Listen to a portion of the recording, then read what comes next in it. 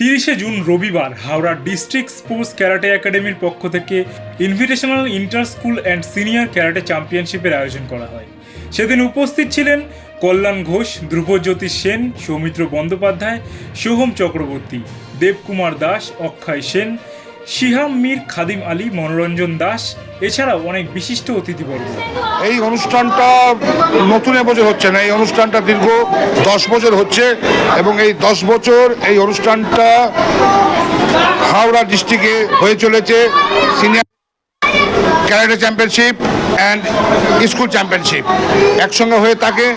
তো এবার আপনারা দেখছেন যে এই স্কুলে হচ্ছে এবং এই স্কুলটার নাম কি আছে?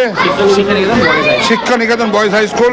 এবং এই স্কুলে আপনি যেখানে রুমে গেছেন আপনারা নিশ্চয়ই দেখে এসছেন যে তাতামি দুটো, যেখানে হল ঘর সেখানে 3টে, এরকম 7খানা তাতামি হয়েছে এবং নিয়ার অ্যাবাউট 1000 বাচ্চা আজকে পার্টিসিপেট করেছে বাংলার বিভিন্ন প্রান্ত থেকে।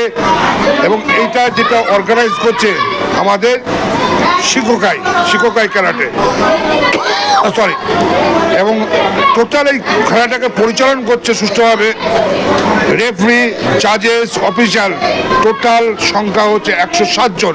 এরা আমাদের শিক্ষকাই থেকে এবং আরও কিছু এসছে অন্যান্য স্টাইল থেকে। এবং এই যে প্রোগ্রামটা হচ্ছে আমাদের যে অ্যাসোসিয়েশন আছে, Bengal association karate association of Bengal, তাদের প্রেসিডেন্ট, সেক্রেটারি, আমি সেখানকার ভাইস প্রেসিডেন্ট, সবাই একসঙ্গে আমরা এটাকে সাপোর্ট করেছি বলে আজকে প্রোগ্রামটা হচ্ছে। এবং সেই ফ্যামিলির থেকে আমি বলতে চাই, আজকে তাদের শুভেচ্ছা না থাকলে আমরা আজকে এত বড় প্রোগ্রাম করতে পারতাম না। তা সেই সঙ্গে আমরা একটা সুন্দর পরিবেশ, এখানে একটা ভ্রাতৃত্ববোধ গড়ে তুলেছি। আমি চাই যে এই প্রোগ্রামটা নেক্সট ইয়ার আরও উত্তরবৃদ্ধি হোক। আমাদের শিহান, অক্ষয় সেন, শিহান, মনোরঞ্জন দাস, এরা অক্লান্ত পরিশ্রম করেছে, এদের লিডারশিপে আজকে এই জিনিসটা হয়েছে। আমি চাই আরও ভবিষ্যতে বড় চ্যাম্পিয়নশিপ এখানে হোক। এই প্রোগ্রামটা এসে আপনার কেমন লাগছে? আমার তো ভালো লাগবে, কারণ আমার গুরুজি হানসি ভারত শর্মাজি, যিনি শিক্ষকায় সুপ্রিমো, এবং ওনার আর একটা পরিচয় আছে, উনি ইন্ডিয়ান ক্যারাটের প্রেসিডেন্ট। তা ওনার হচ্ছে আশীর্বাদ ধন্য আমি, উনি আশীর্বাদ করেছেন বাংলার শিক্ষকায় কাজ করার জন্যে, শিক্ষকায়কে ওনার যে স্টাইল সেই স্টাইলটাকে আরও বাড়ানোর জন্যে আমি সেই কাজই করে চলেছি। আমি নিজে প্রত্যক্ষ বা পরোক্ষ কোনোভাবেই সরাসরি ক্যারাটের সঙ্গে যুক্ত নই, কিন্তু আমি শিহান, অক্ষয় সেনের আমন্ত্রণে এখানে এসেছি এবং গত বছরও এসেছিলাম। এই মুহূর্তে আমাদের সমাজে সেলফ ডিফেন্স বা আমাদের আত্মরক্ষা করাটা খুব জরুরি হয়ে পড়েছে। সেই জায়গায় একটা দিক, আর একটা দিক হলো যে শরীরচর্চা। ক্যারাটের মাধ্যমে এই দুটো জিনিসই করা সম্ভব। ক্যারাটে কথাটার অর্থ হচ্ছে ফ্রি হ্যান্ড। তো আমরা যখন রাস্তাঘাটে চলি সবসময় তো আমরা অস্ত্রশস্ত্র বা কোনো কিছু নিয়ে চলাফেরা করতে পারি না এবং করার উপায়ও নেই। তো সেই ক্ষেত্রে যদি এখনকার যারা নতুন প্রজন্ম তারা যদি ক্যারাটে শেখে, আমার মনে হয় যে তারা আত্মরক্ষার ব্যাপারে তারা অনেকটাই আত্মনির্ভর হয়ে থাকবে এবং তারা অনেক সাহসী হবে। তাই এখানে যে বিরাট কর্মযজ্ঞ দেখছি, প্রায় 750 জন বাচ্চা এসেছে যারা জুনিয়র লেভেলে। নমস্কার। প্রথম কথা, আমি একজন শিক্ষক, ইংরাজি শিক্ষক। অক্ষয় সেন ও আমার বন্ধু, বিশেষ বন্ধু। তা আমি গত বছরও এখানে এসেছিলাম, এবছরও এসেছি, খুবই ভালো লাগছে। যদিও আমি ক্যারাটে ফিল্ডে নই, কিন্তু প্রত্যেক বছর আসার ফলে আমার ক্যারাটে সম্পর্কে নিজের যেমন আগ্রহ বেড়েছে, তো ক্যারাটের যে গুরুত্ব কতটা, সমাজে এটার কতটা প্রয়োজন সেটার অনুভব আরও বাড়ছে। এবং আমি যেহেতু একজন শিক্ষক, আমি এটা খুব ভালোভাবে বুঝতে পারি যে শিক্ষক হিসেবে আমরা প্রতিদিন খবরে যেটা দেখতে পাই যে বিভিন্ন মানুষ, ছাত্রছাত্রী, অনেক বিশেষ করে মহিলারা প্রতিনিয়ত নানা রকমভাবে আক্রমণের শিকার হচ্ছেন। তো সেই জন্য সেলফ ডিফেন্স বা আত্মরক্ষাটা ভীষণভাবে দরকার। যেভাবে আমাদের প্রকৃতি বা সমাজ এভাবে এগিয়ে চলেছে, সেখানে ক্যারাটে আমার মনে হয় প্রত্যেকের শেখা উচিত।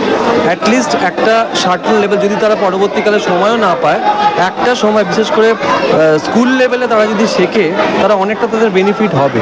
এবং একটা সময় ক্যারাটে ভারতবর্ষে এটা জন্ম হলেও ধীরে ধীরে এটা আস্তে আস্তে চায়না এবং জাপানের দিকে চলে যায়, পরবর্তীকালে আবার এটা ইন্ডিয়াতে ফেরত এসে এখন ক্যারাটে সম্পর্কে মানুষের দারুণ একটা সচেতনতা জেগেছে এবং এই সচেতনতা আরও বিরাট বাড়ুক এটাই চাই। এখন এখানে এসে জানতে পারছি যে বিভিন্ন পাড়া, সেখান থেকে বিভিন্ন অঞ্চল, সমস্ত জায়গায় এখানকার বিভিন্ন স্কুলে ক্যারাটেটা শেখানো হয়, সেখান থেকে আজকে এখানে এই প্রতিযোগিতা হচ্ছে, পরবর্তীকালে এটা জাতীয় স্তরে যাবে। এবং আমি চাইবো যে আরও বেশি বেশি করে, বিশেষ করে আমাদের বাংলার ছেলেমেয়ে যদি এই জায়গাটা এসে যদি জাতীয় স্তর, সেখান থেকে অলিম্পিক বা ন্যাশনাল গেমসে চান্স পায়, এটা আমাদের পক্ষেও যেমন গর্ব, সারা রাজ্যের পক্ষেও গর্ব এবং আমার বিশেষভাবে ভালো লাগবে এটা।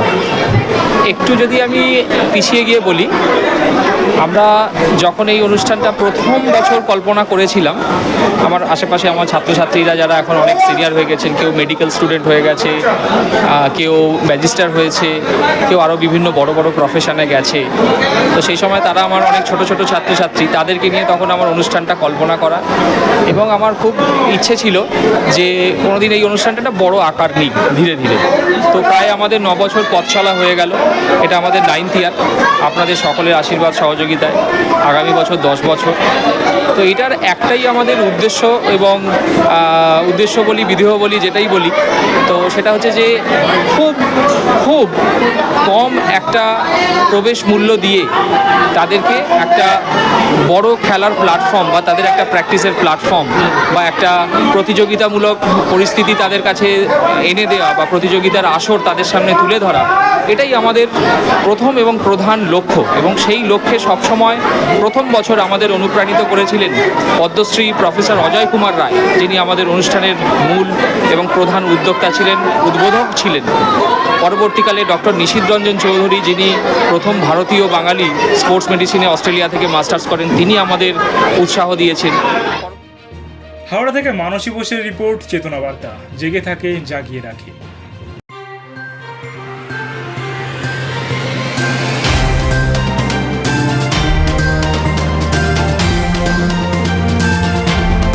চেতনা বার্তা, জেগে থাকে জাগিয়ে রাখে।